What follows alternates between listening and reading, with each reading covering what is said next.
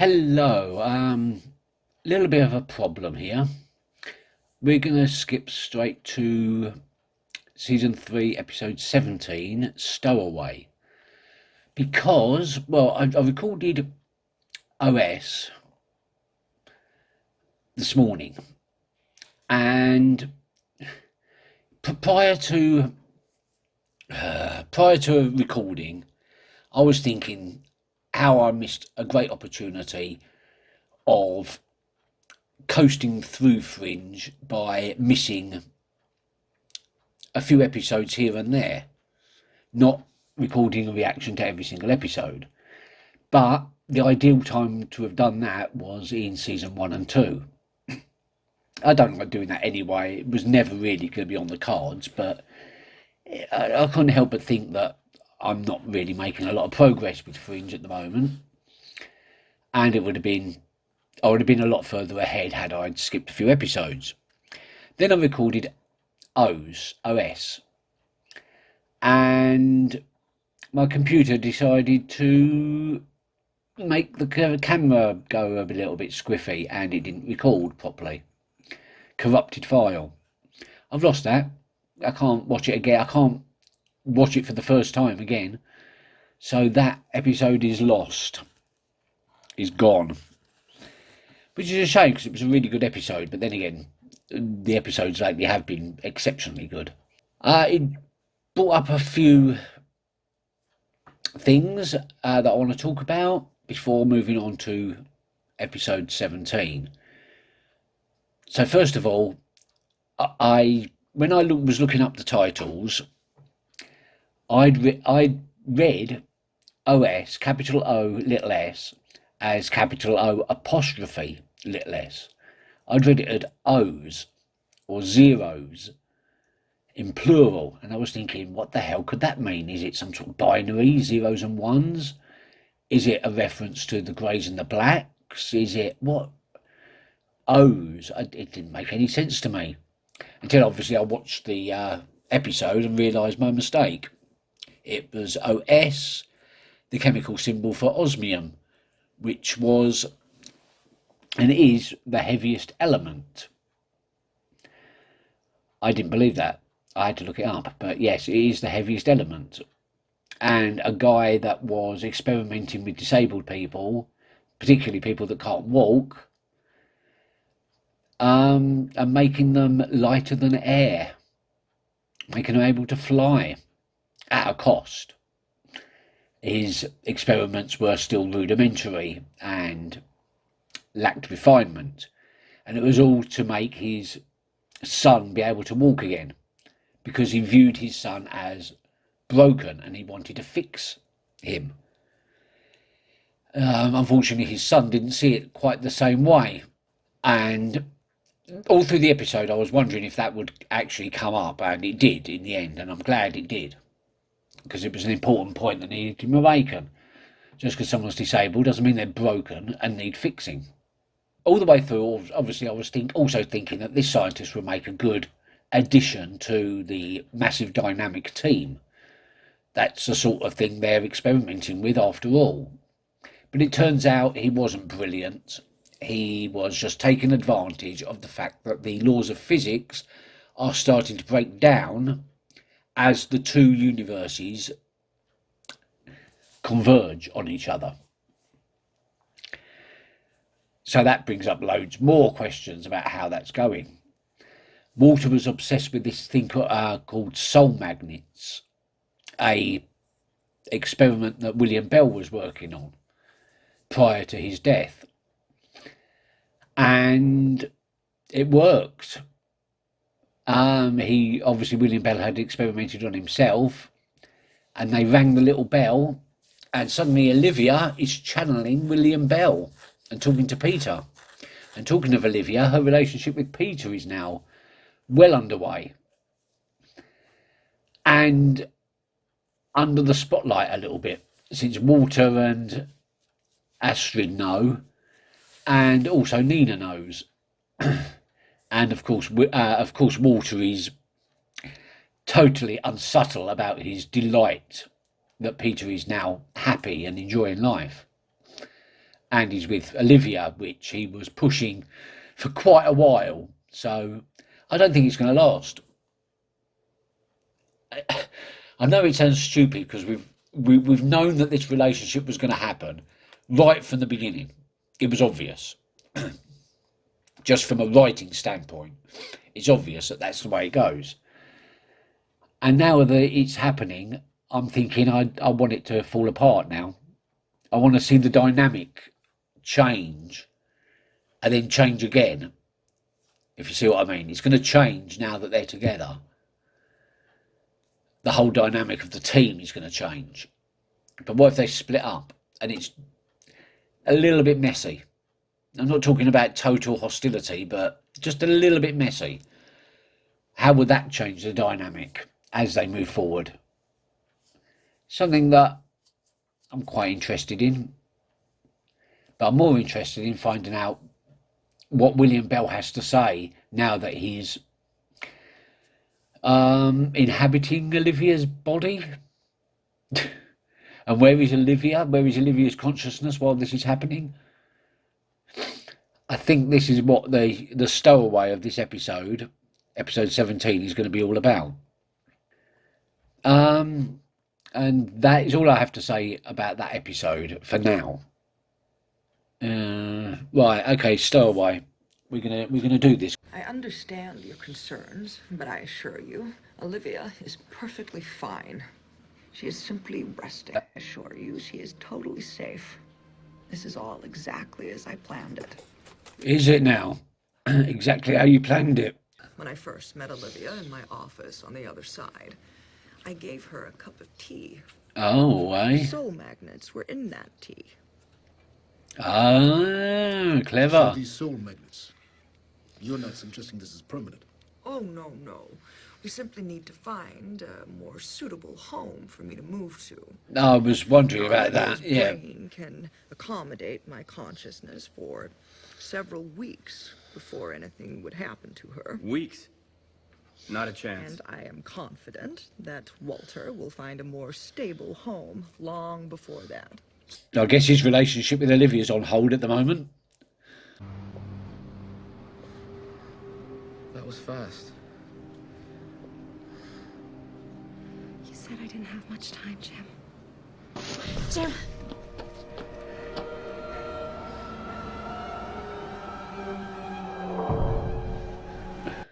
Maybe not. Maybe not. Do you believe what you're saying? About purpose? You said you know how I feel. You said you know pain. Is she one of the special ones? I don't believe in hope anymore. That's depressing. We're all gonna die. Oh, whoa. That's not nice. Oh God, she survived. He cushioned the blow somewhat. Did she heal? She healed herself. Oh.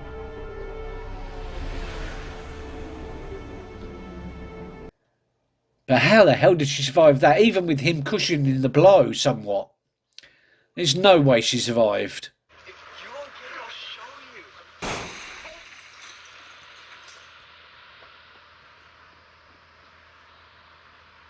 This video was taken last night just after 10 o'clock in Roxbury. Nobody could have survived that impact. And yet she did. You think that this is spatial decay, don't you? Caused from a soft spot between the universes. Yep. See signs of degradation on this side. Agent Lee! You're gonna want to see this. Where is she? Boston. Oh, so they... Seems like they know who she is. This is Peter and Dr. Walter Bishop, the civilian consultants I told you about. This is Special Agent Lincoln Lee from Hartford. He has some information regarding this case. Bringing in bigger league. This is... Agent Olivia Dunham, Fringe Division. What division? 2 bullets in the head. M.E. said she died instantly. She was killed with her husband and her children in a home invasion robbery. Oof, Oh, that's it grisly. wasn't suicide. I can't argue. This was a tough one. That is, Obviously until I not. get a call about Mrs. Gray's body disappearing from the morgue. I assumed it was stolen. It's a reasonable assumption. I didn't think anything of it until I saw this. Soul magnets Witnesses again. report seeing 2 people jump out of a dorm window. Cops get there, 1 body, grad student who lived there. But the cops find 2 sets of fingerprints on the ledge during their investigation. Second set, those fingerprints were identified as Dana Gray's, which is insane because She's dead. Wow. I don't think this woman can die.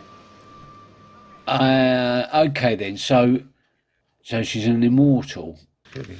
What if she took the energy from her victims? Victims? The people she's jumping with? Who are you guys? I'll explain it to you as we go. Are we going somewhere? If you were looking for victims who had previously tried to commit suicide, where would you go? Suicide hotlines, therapy groups? Yeah, therapy Walter, groups, yeah. Give me a call if you can figure out any more about why Dana Gray can't die. Oh yeah, but her children and her husband weren't so lucky.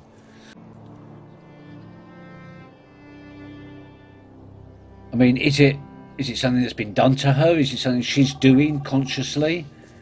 Or is it just who she is? Helpline, this is Joan. Oh, she's Hello? I think I'm gonna hurt myself. she's on the Hey, sweetie, hotline. what's your name?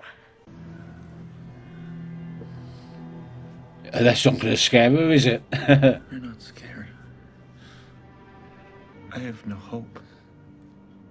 Like those raindrops that you mentioned on the phone. Do you think the raindrops will help those people on the train? What people on the train? I don't want to hurt them. Well, how are you going to hurt I them? will. You have to save them. There's a duffel bag with my bomb, and that's why you're here. Oh, okay. East Bay, Railway Train 67, Car 2, Seat 17. All the highlighted passages are about what happens to us after we die. What's she doing? Trying to convince people to jump by telling them how great heaven would be? No. What if we're thinking about this backwards? What if that book's not for other people, it's for her? Maybe she's the one that wants to die. That makes sense, actually. She's lost her husband and sons. She wants to be with them again. Yeah, she's lost all her family. She can't die. She's religious enough to believe in an afterlife where she can be with them.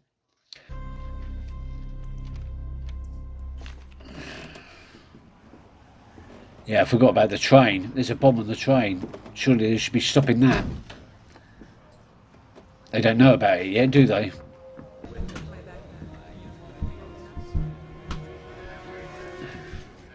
But what's she going to do with it? She's not going to let it go off so she can die and kill all these other innocent people, surely. Yeah, that's definitely a bomb. I think I know what's going on here. It sounds insane, but here's my theory. She can't die, but she wants to. And she's been trying anything and everything she can to move on, right?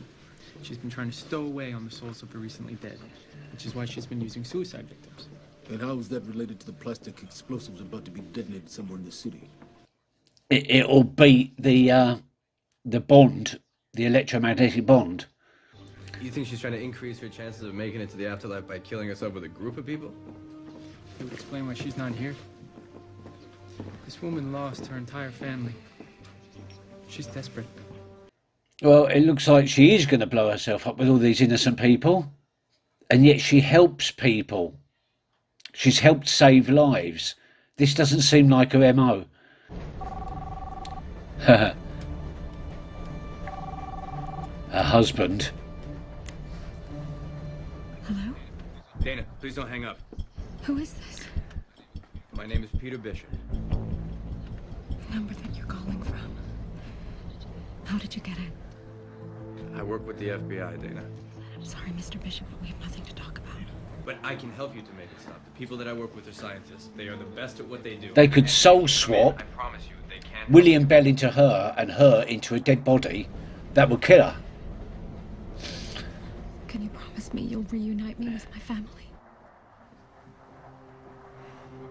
Can you promise me that killing a bunch of people will?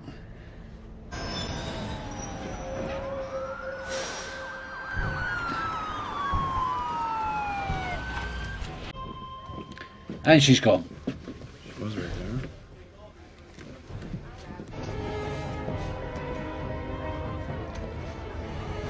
So,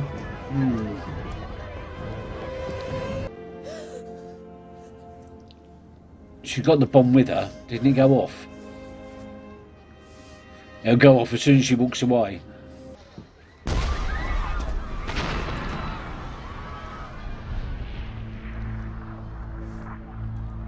I don't think she was in that.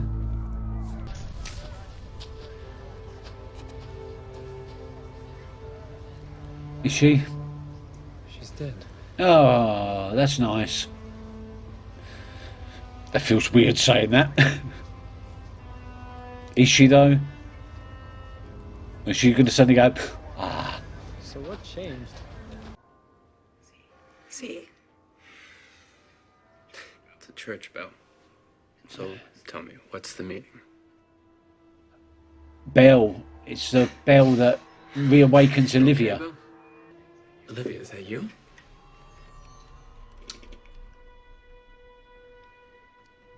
Oh no. What the hell just happened right there? I think that I may have been wrong. This may be a little more complicated than I first Oh, what a thought. surprise. Walter and William Bell getting it wrong. Very interesting episode there. I'm not entirely sure about the theory of how Dana was able to be immortal, or indeed how she suddenly became able to die at the end. Destiny? Is that what we're dealing with? No, there's probably something else. And now William Bell's consciousness is being fought for by Olivia coming through. Don't know what that was about, but very, very interesting. And of course, possibly mixed with Olivia's innate ability to cross universes during times of stress and high emotion. Anything could happen here. This could get messy. Right at the beginning, I didn't have, because of the missed episode, because of my reaction to OS being corrupted, I forgot to mention about the previous episode, which was called Subject 13, and how good that was, seeing Olivia as a child experiencing the quetexophene trials and her innate ability to cross universes transpiring even then.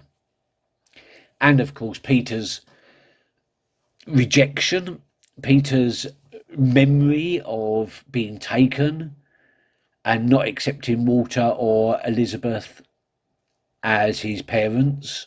Elizabeth? Did I get that right? That was very, very interesting and leads to a lot of things of like what happened between then and the first episode of Fringe, where Peter seemingly thinks he's from this universe and doesn't think anything's wrong. What did Walter do to Peter in that time that prevented Peter remembering these things? Like, we know that William Bell and Walter Bishop's experiments back in the 70s and 80s were not exactly ethical.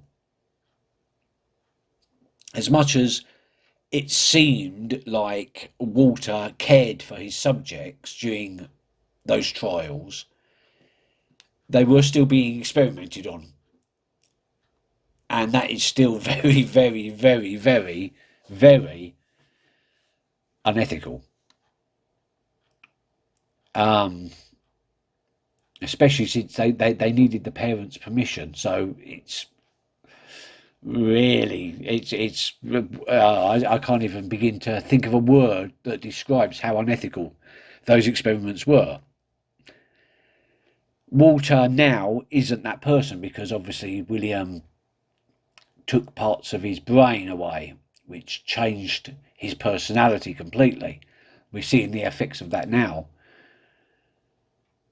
And Walter has said multiple times that, like, he's a brilliant scientist, William Bell was a brilliant scientist, but together they were amazing. And now they are together, sort of. So things could escalate very quickly. And this is also the last episode that I wrote down the titles for. So I don't know what the next episode is called, which is going to be a nice surprise for me. So I usually write them down just in sort of like chunks of 5 or 6 at a time.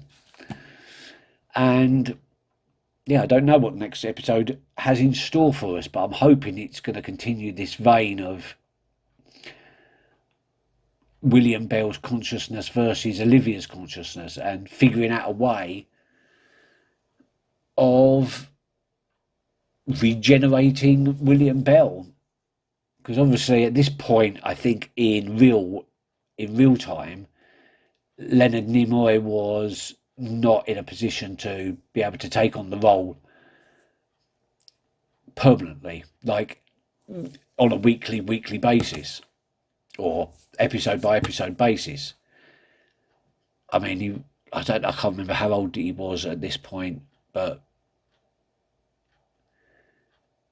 not someone that could commit to a heavy workload, I should imagine. But William Bell as a character is very, very important to the whole dynamic of the team and will be a great asset going forward. So they've got to figure some way of keeping William Bell's consciousness alive. And it's an interesting idea how they're doing this. I'm quite impressed. Very ingenious. And I hope in future episodes this storyline follows through and we are going to get a version of William Bell helping the Fringe team moving forward, because the war has begun and the convergence is happening. And as we move into season 4, this is going to, I think, play heavily in the plot lines. So I think we're setting things up ready for season 4 and 5. Now, one thing I don't know is a bit of an angle here. What I don't know is season 5 an ending, or was it just were they intending to cliffhanger it over into a season 6 and then it just got cancelled? Because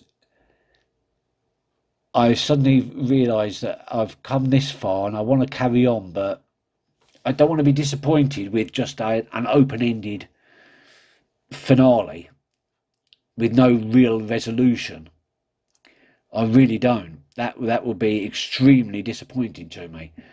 Just recently I watched a show that was really good. It was called I'm Not Okay With This.